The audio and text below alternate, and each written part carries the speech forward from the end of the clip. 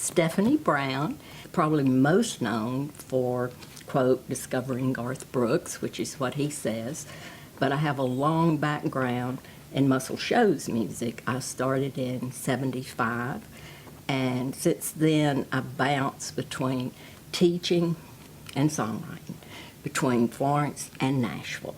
I'm retired now. I worked at UNA. I'm a master gardener, and I stay at home.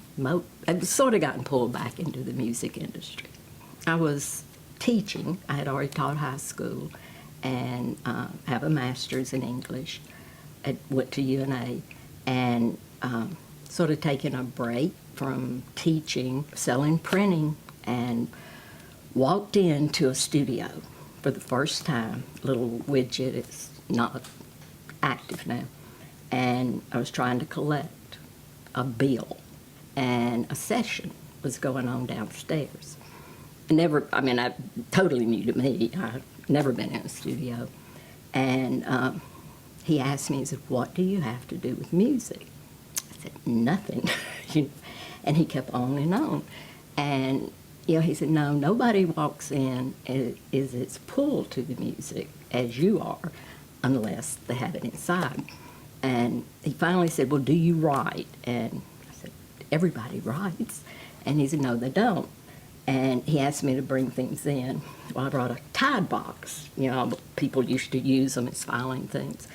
And I brought a Tide box in with things I'd written, envelopes, whatever. And he read them and said, "Do you know there is a hook on every line?" And I said, "What's a hook?" Because I truly didn't know. And I ended up being signed as a songwriter there. I had a little music column, which meant that, Florence Times, which meant that I went to every studio every week. So I'd go every week and find out who'd been in town. And I left Widget, I pulled away for a while, went back to music, and Walt Aldrich, he signed me to the publishing company. And looking back on it, I realized I owe a lot to Walt, really more than I had ever really thought about. I mean, he signed a woman who was 30, someone who didn't play and didn't sing. Now, Rick Hall at that time, I think if I had to say one thing to describe myself, Rick told me I was a catalyst, that he could have the guys in the studio all day and they'd go home and not write a song. But if I was there, I'd get them thinking, and they'd all go home and write. So that does, the word catalyst, pretty well sums me up. I know talent, and I've been able to help some people when they were here and needed it to meet other people.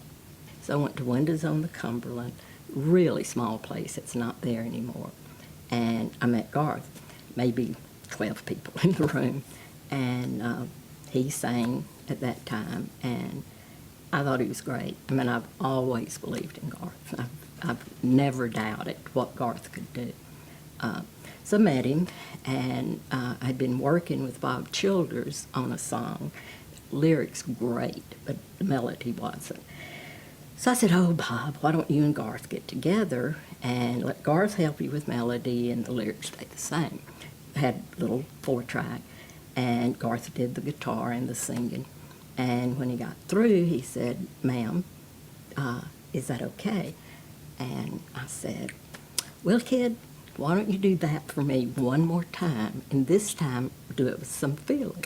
So I think that's why Garth and I have remained. He knows I'll never tell him something's good if I don't think it is. So we just became friends. We used to go to writers' nights together. He needed help, and I had a small publishing company, and yes, I helped him, but he needed something more, and I chose to be his friend instead of trying to hang on in the business, because I told him he needed someone with money and influence, and that I didn't have either one. And so he went on. I introduced him to people, and it was the right thing. He ended up, with the people that he's still with. The absolute best is It's happened twice when I sit down and I'm in an arena and I look around and it's packed and they're all there to see Garth. And I know that I knew that before other people did. The last time I moved back, Garth had gone on the road. He was no longer in Nashville. It was time to come home. And I came home, taught at UNA, actually stayed out of studios and music for 12 years. And then someone asked me to come to a session. And it's like when it began, I walked back into a studio, and that was that. I've been pulled back in. It's been a little over a year. I've been writing with Will McFarlane and Billy Lawson, and just sort of find myself more and more a part. You never really leave it.